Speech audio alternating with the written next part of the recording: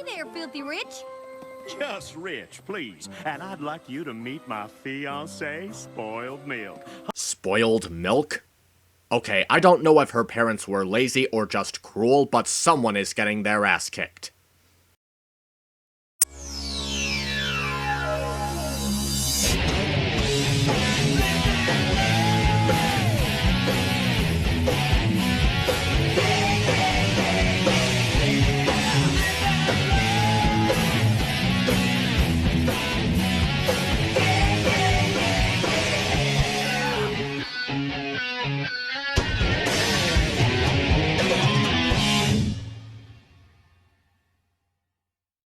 Where the Apple Lies is as basic as an episode can get, but how not basic can you get when the story you're going for is do not lie? So how does this episode fare? Is it too basic for its own good? God, I hope not. Apple Bloom lies about giving Filthy Rich cartons of cider instead of Zap Apple Jam and is quickly caught by Applejack, which leads her to telling a story about her first ever lie.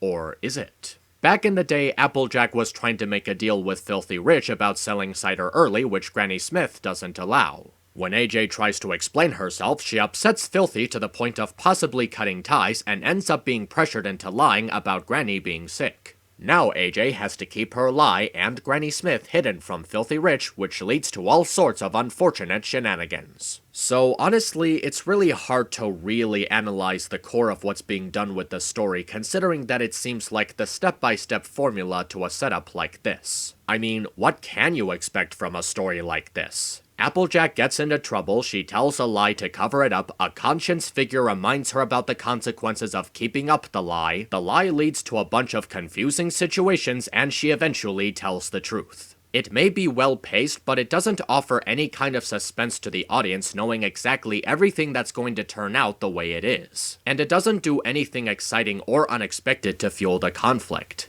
Okay, so the core of the episode is basic, but what about the other stuff? There is a bit of background on some of the characters before they became who they are now. We see how Granny was more straightforward with the situation and less naive, and I guess that is from before she got older. Big Mac also speaks his mind, which allows him to feel more characterized as he forces himself to work through the situation while still reasoning with AJ. There's also Filthy Rich and, Spoiled Milk before they were married, which in itself is an interesting bit. It makes you wonder what he saw in her when she looks so uninterested in everything that's going on. I mean, those facial expressions pretty much say everything.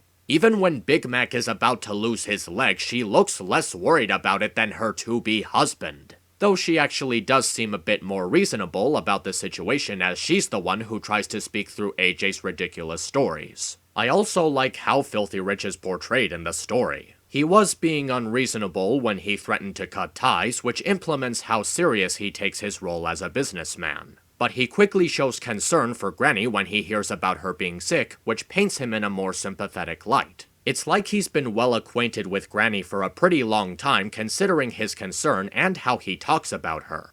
And despite the threat of breaking ties, he actually values the business between the families. Seems unusual considering how he was so willing to go through with it, so I guess all he needed was a story about an old friend ending up in the hospital. Huh, go figure.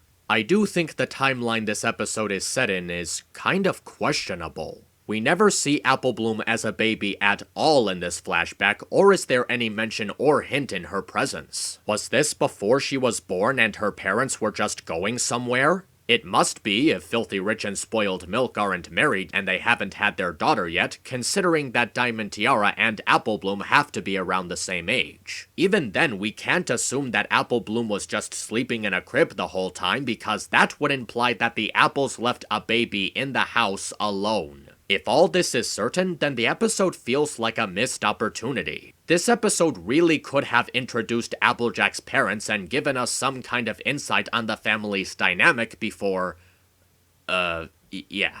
The one thing that does stand out most for me is the small character arc that AJ goes through in this backstory. She felt underestimated since her brother didn't listen to what she had to say, and she felt like she was getting an opportunity to prove herself by providing an opportunity that, at first, seemed like it would have worked. And while she's confronting her own lies, you can see that her concern isn't in how she wants to prove herself, but for the future of the family's job and making a living. She understands that the future of the family business is more important than the idea of her running it, which in a sense gives her motivation to keep up the lie since she felt pressured into doing it to begin with. There's also the idea that the sibling rivalry between AJ and Mac played an important part in this, as AJ wanting to prove herself to Mac was what led her to the proposition. And even without it, there's this reasonable sense that this is a good impression of how a brother and sister would argue. Neither of them are doing anything wrong, they just can't agree on something. And by the end, they learn the value of listening to each other and try to build a better relationship. And the moral that comes from this is a reasonable moral. How remembering your mistakes, learning from them, talking about them, and even making them is all part of improving yourself as an individual. And out of all the characters, it felt like AJ was the most sensible character for this story to focus on. Her character stems from her values on honesty, family ties, and working on the farm for the Apple family business. So seeing her go through a series of trials to learn how to appreciate each of those things more is a good lesson for her to look back on. It helps to make the actual story feel less tired when the character going through it is actually developing and learning a lot from these past experiences. So yeah, Where the Apple Lies is a very basic episode, but some deeper looks into other elements of the episode makes it feel more compelling than it may seem at first glance. The story is well paced, the characters are portrayed nicely, their interactions are interesting, and the idea of what is learned from these past experiences makes for an episode that's easy for anyone to understand and get behind. It's certainly an episode that I'll be seeing again sometime soon.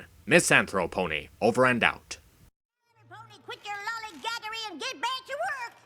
Right after we have a glass of cider.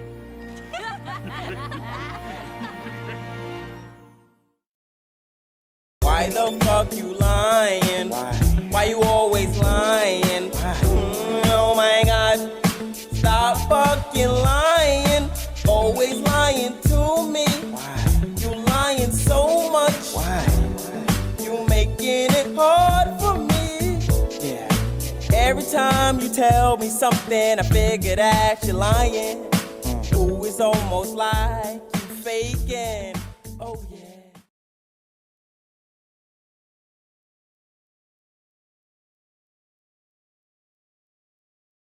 Shit, damn it, we're so f***ing late!